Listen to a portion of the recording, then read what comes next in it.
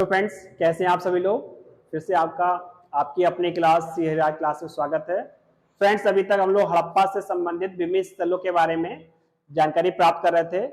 उसी क्रम को आगे बढ़ाते हुए अब बाकी जो स्थल रह गए हैं उनके विषय में जानकारी लेते हैं। ठीक है फ्रेंड्स, आइए चलते हैं। फ्रेंड्स, उसी सिलसिले में जो आगे आता है आपका स्थान वो है बनावली। जो बनावली है उसकी खोज 1973 ईस्वी में हिसार हरियाणा, जो हिसार जिला है वो हरियाणा राज्य में स्थित है, हरियाणा राज्य, वहां पे हुई थी। यहाँ से बहुत सारी महत्वपूर्ण चीजें मिली हैं, लेकिन जो हड़प्पा सभ्यता की सबसे मजबूत स्थिति थी या मजबूत साक्ष्य था या कैसे महत्वपूर्ण जो खूबी थी वो थी नालियां। क्यों हड़प्पा सभ्यता की सबसे इंपॉर्टेंट व्यवस्था यही थी कि वहां की जो नालियां थी उनका बड़ा ही समुचित और बड़े अच्छे ढंग से प्रयोग किया गया था। नालियों को ढका जाता था ईंटों से, नालियों को पक्की ईंटों से सजाया जाता था, गंदगी ना फैले इसलिए इनको ढक के रखा जाता था। ये सारी खूबी हड़प्पा सभ्यता की महत्वपूर्ण थी। बट अगर बात करें बनावली से तो इस महत्वपूर्ण खूबी का अभाव मिलता है। यहाँ पे जो नाली का अभाव पूर्णता दिखाई पड़ता है। और बाकी अगर और बात करें क्या क्या खूबी प्राप्त हुई है तो उस सिलसिले में आगे बढ़ते हुए देखते हैं कि जो आपकी बनावली है, हड़प्पा कालीन नगर है, वहां में हल्की आकृति प्राप्त हुई है। इसके अलावा हमें अनाजों की बात करते हैं तो फ्रेंड्स, जो अनाज है वहां पे हमें तिल का जो साक्ष्य प्राप्त होते हैं, सरसों के ढेर प्राप्त होते हैं और बहुत ही अच्छी मात्रा में प्रयोग होने वाली जौ का भी साक्ष्य हमको बनावली से प्राप्त होते हैं। फ्रेंड्स, उसके बाद जैसा बताया कि वहां पे जो हड़प्पा कालीन मुख्य विशेषता थी वो थी नालियों का पूर्णता बड़े अच्छे ढंग से प्रयोग करना। लेकिन अगर हम बनावली की बात करते हैं तो नालियों के अवशेष वहां ना के बराबर प्राप्त होते हैं और जो अवशेष प्राप्त होते हैं वहां पे नालियों का अभाव दिखता है। इसके अलावा हम मनके की बात करते हैं। जो मनके होते हैं जैसा बता चुके हड़प्पा कालीन सभ्यता में मनकों का बड़ा अच्छी स्थिति से बड़ा अच्छे तरीके से प्रयोग होता था, जिससे पुरुष और महिलाएं दोनों इसका प्रयोग करते थे। तो उसके भी साक्ष्य हमें मिलते हैं मनके के। और उसके बाद मातृ देवी की लघु मृण मूर्तियां, जो मातृ देवी की प्रधानता थी या खूबी कह सकते हैं कि मातृ देवी की सर्वोच्च स्थिति उस समय थी हड़प्पा सभ्यता में, जो आज के समय दिखाई नहीं पड़ती थी।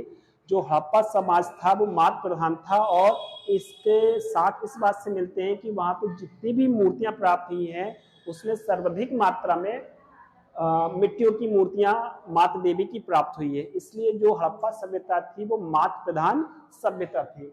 वहां से अगर हम बात करते हैं बनवाली से तो वहां पे हमें लघु मृत्युओं जो लघु मृण मूर्तियां हैं, मिट्टू की मूर्तियां वहां के साक्ष्य मिले हैं। इसके अलावा तांबे के वाणाग, जो तांबा का होता है तो उसके वाणाग जो आगे का स्थान होता है, आगे का हिस्सा वाणाग, तो वो प्राप्त हुआ है। इसके अलावा मनुष्य और वह पशुओं दोनों की मूर्तियां हमें प्राप्त हुई है। और अगर मोहरों की बात करते हैं तो एक सेलखड़ी नामक पदार्थ था, उससे बनी मोहरें। और इसके अलावा बहुत सारी मोहरें जो मिट्टी की होती थी उनको पका के बनाया जाता था। इन दोनों के साक्षात जो जो क्या कहते हैं साक्ष्य हैं वो मिले हैं। इसके अलावा अगर मूर्तियों की बात करें तो मूर्तियों में सेलखड़ी और पकाई मिट्टी की दोनों की मूर्तियां प्राप्त हुई हैं। ठीक है। और जैसे बता चुके हैं कि यहाँ इस सभ्यता की सबसे महत्वपूर्ण विशेषता ये थी कि यहाँ पे नालियों का पूर्णतः अभाव था या उतनी अच्छी तरह से विशेषीकृत नहीं थी जो हड़प्पा सभ्यता के अन्य नगरों में परिलक्षित होती है। ठीक है फ्रेंड्स, तो ये था सबसे इंपॉर्टेंट चीजें।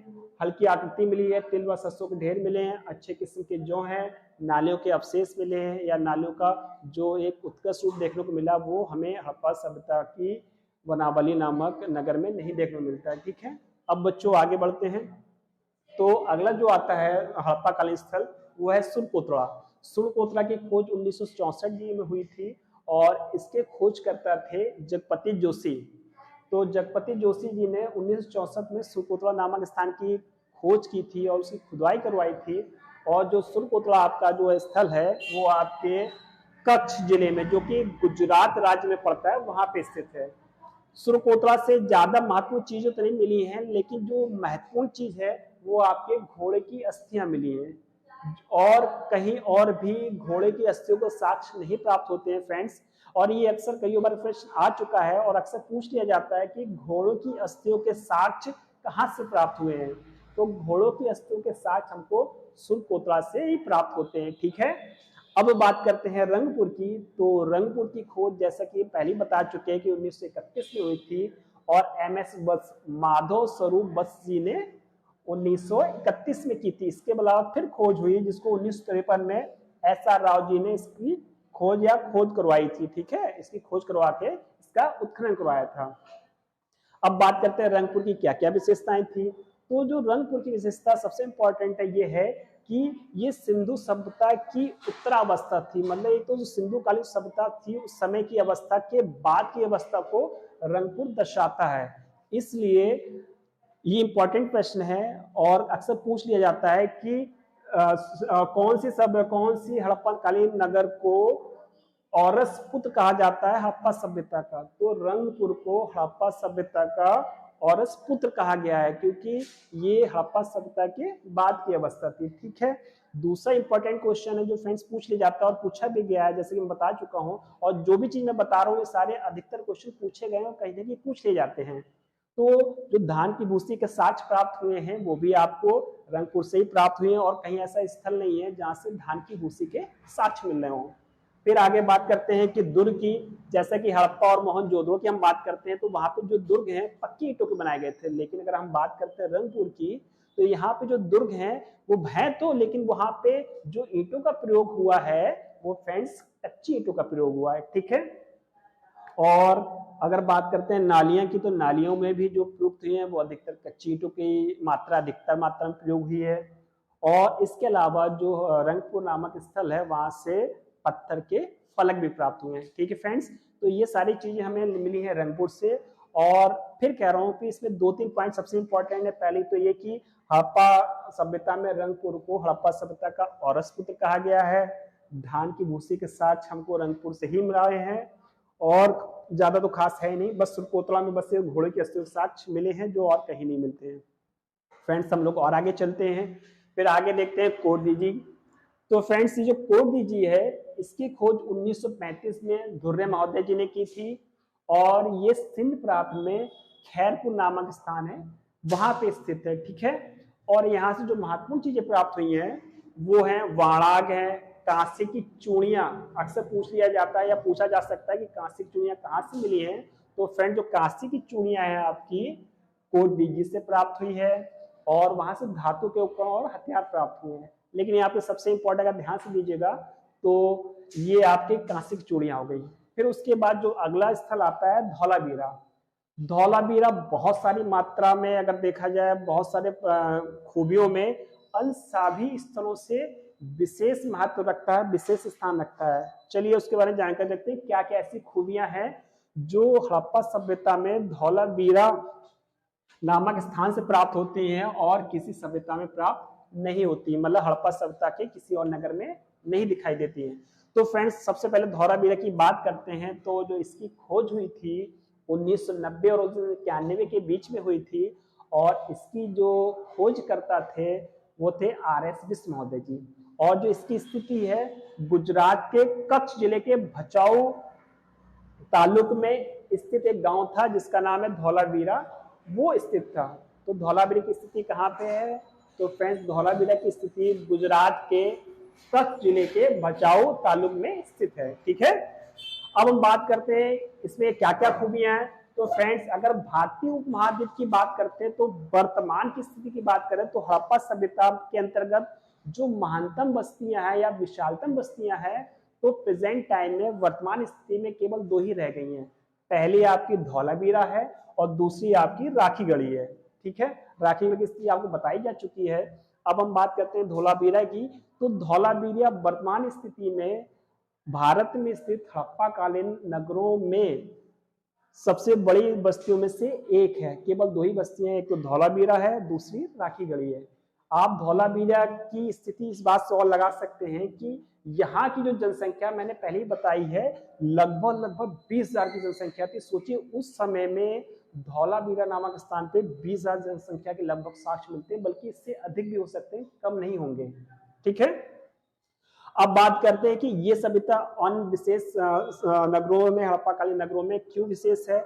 धौलावीरा एक ऐसा नगर था जो लगभग इसका अस्तित्व 1000 साल या उससे समय ज्यादा तक रहा और काफी स्थल रहे हैं, हड़प्पा रहा, मोहनजोदड़ो रहा, लेकिन धौलावीरा एक ऐसा स्थान है जिसकी समय सीमा लगभग 1000 वर्ष से ज्यादा क्रॉस कर गई। सोचिए कि कितना समृद्ध रहा होगा। वहां की जो नगर योजना थी वो अद्भुत थी। वहां नालियों का जो व्यवस्थित की गई थी, पक्की नालियां थी और बाकी सारी चीजें अंश जो नगर थी, सभ्यता थी, उन सबसे अलग करती है।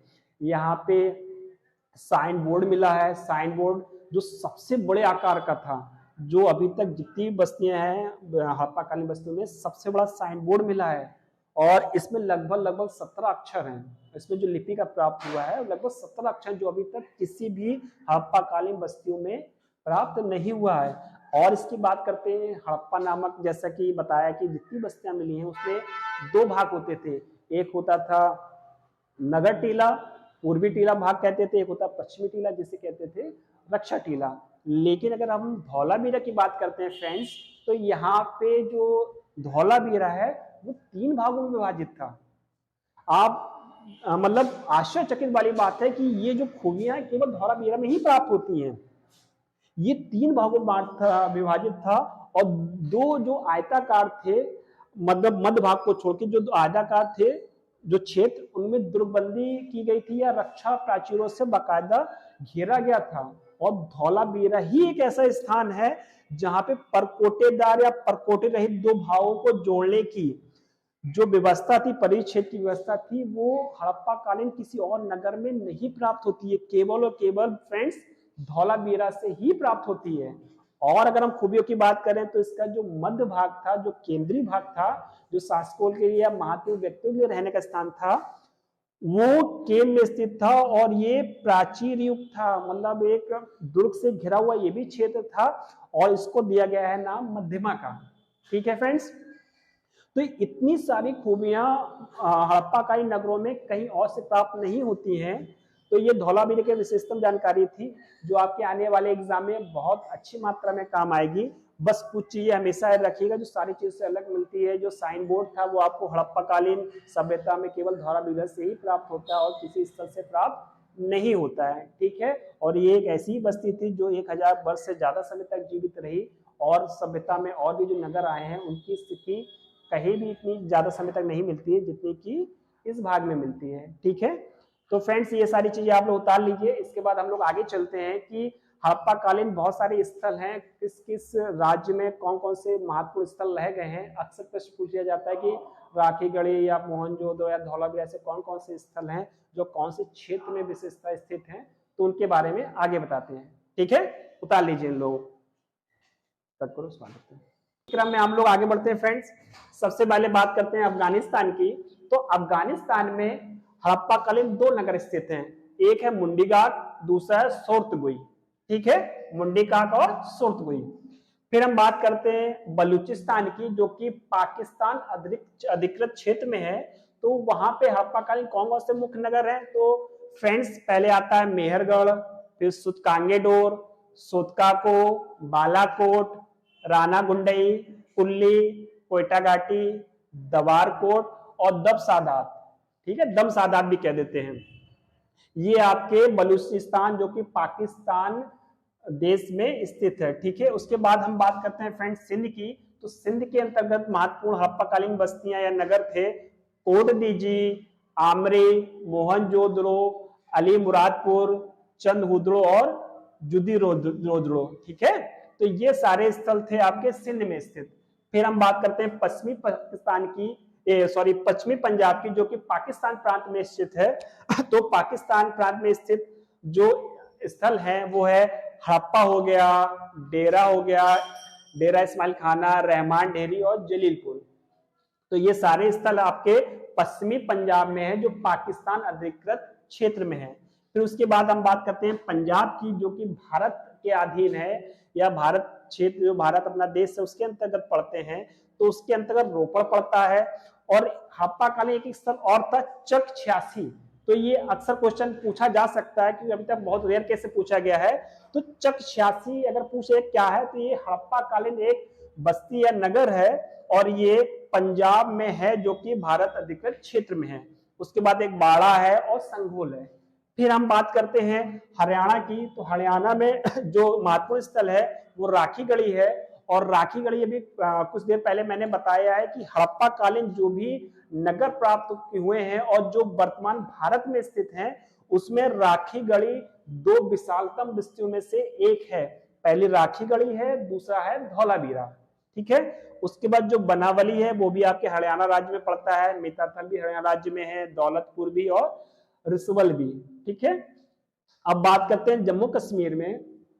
तो जम्मू कश्मीर में जो हड़प्पाकालीन नगर है वो है मांडा। मांडा जो चिनाब नदी के तट पर स्थित है और ये हड़प्पाकालीन सबसे उत्तरी क्षेत्र में पड़ने वाली नगरी क्षेत्र है। ठीक है, अब बात करते हैं पश्चिमी उत्तर प्रदेश की। तो पश्चिमी उत्तर प्रदेश में आपका पड़ता है आलमगीरपुर, उल्लास और बड़ा गांव, ये सहारनपुर में पड़ते हैं। ठीक है, और आपको बता चुके हैं जो आलमगीरपुर है हड़प्पा सभ्यता का सबसे पूर्वी क्षेत्र पड़ता है। ठीक है, अब बात करते हैं गुजरात की। तो गुजरात के दो स्थान है, एक तो काठियावाड़ है, दूसरा कच्छ के रण। अगर हम फ्रेंड्स बात करते हैं काठियावाड़ की, तो काठियावाड़ में लोथल है, रंगपुर है, रोजड़ी है और प्रभास पाटन है। प्रभास पाटन में आपका सोमनाथ और भगत राव ये क्षेत्र पड़ते हैं। ठीक है फ्रेंड्स, जब हम बात करते हैं कच्छ रण की, तो धौलावीरा, देसलपुर और सुरकोटड़ा ये तीनों पड़ते हैं आपके कच्छ के रण में। और फ्रेंड्स हमेशा याद रखना कि इसमें लोथल बहुत महत्वपूर्ण है। लोथल आपके लिए जो क्या कहते हैं समुद्री व्यापार का एक बंदरगाह था और हड़प्पाकालीन जितने भी स्थल प्राप्त हुए हैं उनमें कहीं भी बंदरगाह की व्यवस्था नहीं थी, जिसके माध्यम से जो समुद्री पार व्यापार होता था, कहीं और व्यवस्था नहीं थी। वो केवल लोथल से मिलती है और लोथल से भी एक डॉकयार्ड की प्राप्ति होती है जो पक्की ईंटों से बना था। रंगपुर महत्वपूर्ण इसलिए कि यहाँ से हमको धान की भूसी के साक्ष्य मिले हैं। और धौलावीरा, धौलावीरा एक ऐसा नगर है जो हड़प्पाकालीन सारे स्थितों में सबसे महत्वपूर्ण स्थल लगता है और भारत की दो महत्तम बस्तियों में से एक है। और इसकी आर.एस. बिस्व ने खुदाई करवाई थी और यही एक ऐसा नगर है जो दो भागों में बट के तीन भागों में बटा और यहाँ की जनसंख्या 20,000 से ज्यादा थी। ठीक है, और यहीं से एक तख्ती मिली है जहां पे लगभग 17 लिपियों से संबंधित एक तख्ती लपेटी मिली है। कभी कभी पता कह दिया जाता है कि 10 अक्षरों की भी मिली है, लेकिन 17 और 10 कोई याद तो कंफ्यूजन मत होइएगा, अपने हिसाब से लगा लीजिएगा। फिर उसके बाद बात करते हैं राजस्थान की। तो राजस्थान में जो कालीबंगा है वो है, और वैसे बता चुका हूं कि कालीबंगा महत्वपूर्ण इसलिए है क्योंकि इसको कालीबंगा मतलब काली चूड़ियों वाला स्थान कहा जाता है। और इसके साथ साथ जो कालीबंगा है इसमें पाक मतलब जो हड़प्पा है, हड़प्पा से संबंधित 5 स्तरों का पता चलता है।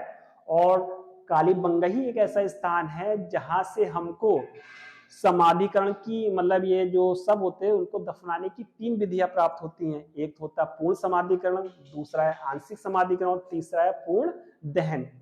फिर इसके अलावा बात करते हैं फ्रेंड्स, इंपॉर्टेंट है, ये पूछा जा सकता है ये भी कि जो प्राक हड़प्पा संबंधित कौन कौन सी हड़प्पाकालीन बस्तियां थी। तो प्राक हड़प्पा संबंधित कालीबंगा, बनावली और राखी गढ़ी ये 3 ऐसी बस्तियां हैं, ऐसे नगर हैं जो कि प्राक हड़प्पा मतलब हड़प्पा की शुरुआत होने की पहले की स्थिति से भी अपने अस्तित्व में थे और हड़प्पाकालीन में भी अपने अस्तित्व में बने रहे।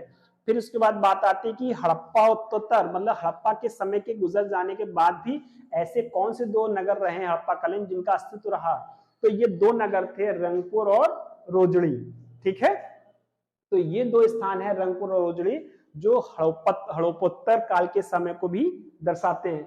तो फ्रेंड्स आज के लिए इतना बहुत है। अगर वीडियो आपको पसंद आए तो प्लीज लाइक कीजिए, सब्सक्राइब कीजिए, जिससे हम लोग का मनोबल और अच्छा बढ़े। आज के इतना बहुत है। Thank you very much.